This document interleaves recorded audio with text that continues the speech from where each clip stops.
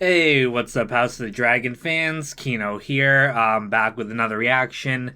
I know this is a day late. I didn't have time to watch it yesterday, but just watched the season season one, episode 9. It's the second to last episode. The finale's next one, and this is a very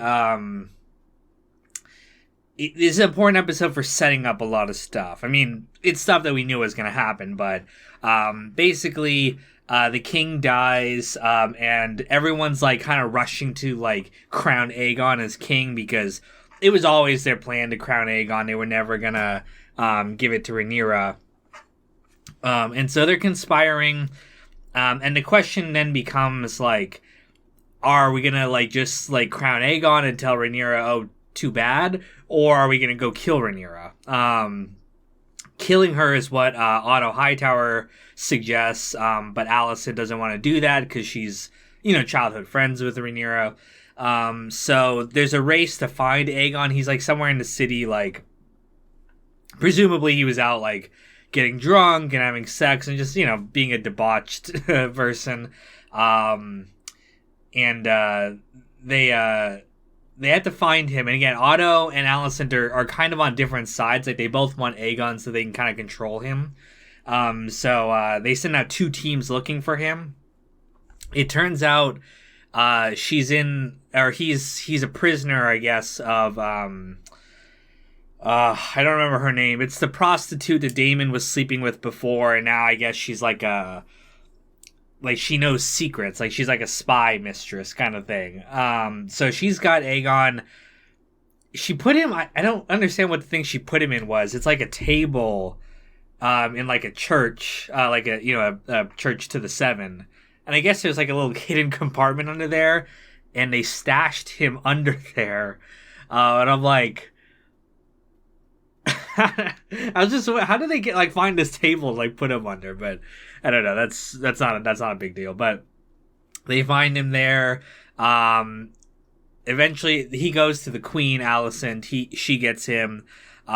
He doesn't want to be king. He's like, I just want to have fun. I just want to party. Like I don't want this responsibility. But they're kind of forcing it on him because again, he's just like a pawn for them to kind of manipulate. That is from the books too, that he's not really like, he doesn't like hate Rhaenyra or wants to go against her. He's just kind of an asshole, kind of a drunk, but just he doesn't want this. Aemond One Eye, very much though, is that kind of antagonistic force. So I can't wait to see him pop off. I know the story. He does a lot of cool shit. He's a fierce guy. So they do all that. They crown him. Meanwhile, though, one of the there's two twin Kingsguard members. There's Auric and Eric. Again, they're supposed to sound very similar. One of them, I don't know who's who, but one of them helps Princess Rhaenys escape. She's the wife of Corlys Velaryon. She's at the Red Keep. They keep her prisoner and they want her to support Aegon. But he helps her escape. And she... Okay, so the coronation, I guess, is happening in the Dragon Pit, which is where they store the dragons. I guess they storm underground, and there's like an amphitheater or something above it. So she gets kind of lost. She gets mixed in with the common people, and then she finds a way to get into the Dragon Pit, and get her dragon, and bursts through the ceiling, and is almost about to roast them alive with her dragon, but then she flies off.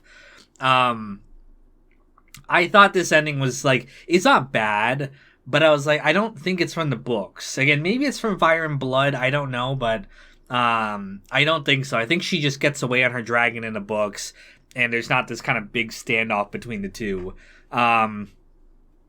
Which, again, it's not a huge deal either way, but again, they're kind of leaning into the more dramatic element with that. And anytime I see them deviate from the books at all, I'm like, yeah, you could say that it's a small detail, but still, that's what happened with Game of Thrones, right? Little things like that change one thing, and then later on you're more comfortable changing something else. So,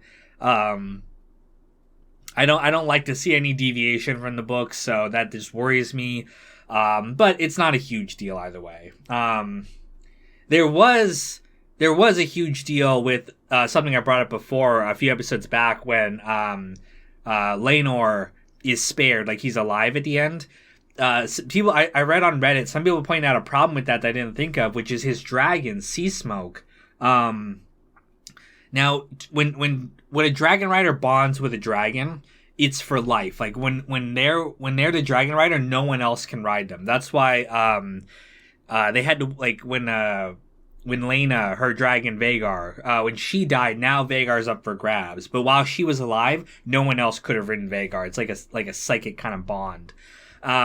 So Lena is supposed to have a dragon, Sea Smoke, and that dragon is eventually going to be ridden by someone else. But the fact that, like, Laenor's still alive should mean that no one would be able to ride it. And also the fact that he would abandon his dragon like that, it's like, it presents problems more than just like, oh, who cares that he's alive at the end? Well, there's some plot issues with that.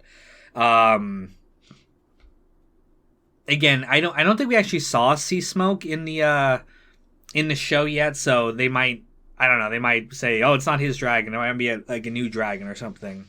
But even still, I think that's kind of stupid. Do you guys like my Conqueror's crown here from Burger King? I'm trying to get it better.